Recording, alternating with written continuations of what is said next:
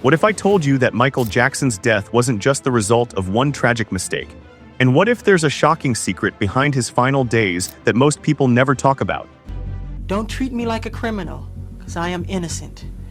I have been forced to submit to a dehumanizing and humiliating examination by the Santa Barbara County Sheriff Department and the Los Angeles Police Department earlier this week.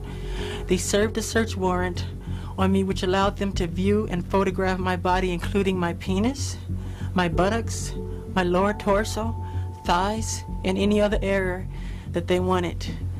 They were supposedly looking for any discoloration, spotting, blotches, or other evidence of a skin color disorder called vitiligo, which I have previously spoken about. The warrant also directed me to cooperate in any examination of my body by their physician to determine the condition of my skin, including whether I have vitiligo or any other skin disorder. The warrant further stated that I had no right to refuse the examination or photographs, and if I failed to cooperate with them, they would introduce that refusal at any trial as an indication of my guilt. It was the most humiliating ordeal of my life, one that no person should ever have to suffer. Watch until the end because I'll reveal a detail that completely changes how many people view the King of Pop's final chapter. On March 5, 2009, Michael Jackson stood before thousands of excited fans at London's O2 Arena and announced what would become one of the most anticipated comeback tour in music history. This Is It was supposed to be his final curtain call, a spectacular return to the stage after years away from the spotlight. Fans around the world celebrated, believing they were about to witness one last legendary performance from the King of Pop. But what nobody knew was that this dream would never become reality. Originally, only 10 concerts were planned. However, the demand for tickets was so overwhelming that the number of shows eventually expanded to 50. According to several people close to Michael, he was deeply concerned about this decision.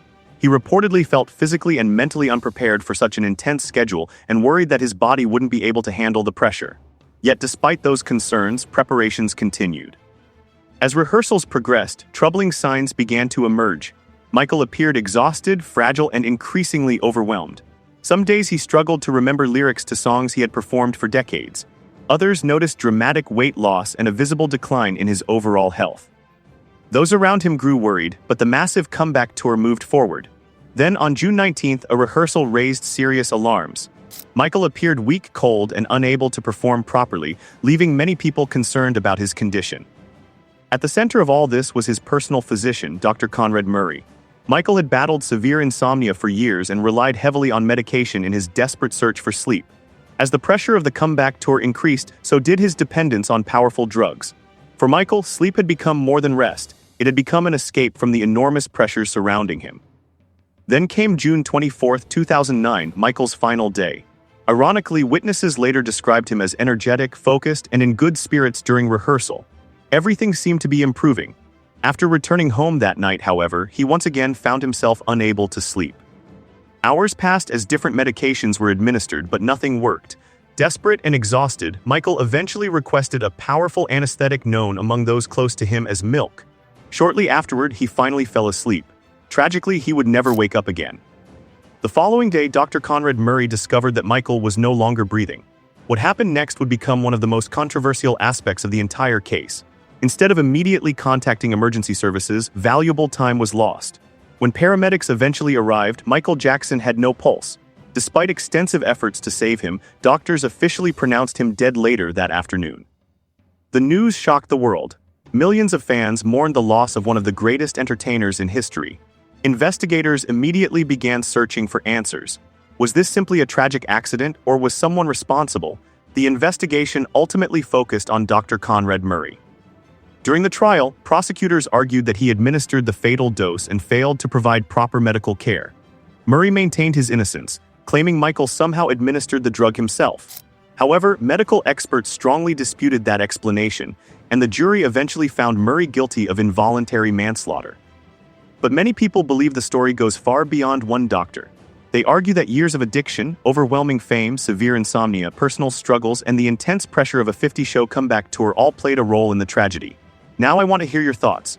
Do you believe Conrad Murray was entirely responsible, or do you think other factors contributed to Michael Jackson's death? Comment your thoughts below. And now for the secret I mentioned at the beginning. While most people focus on what happened on June 25, 2009, the roots of this tragedy may actually stretch back decades. Many experts point to the 1984 Pepsi commercial accident, which introduced powerful pain medications into Michael's life. Over the years, that relationship with medication grew increasingly complex, eventually colliding with the pressures of fame, health problems, and an exhausting comeback tour. In many ways, Michael Jackson's death wasn't caused by a single moment. It was the result of a chain of events that had been building for years. With that said, thanks for watching, and until next time.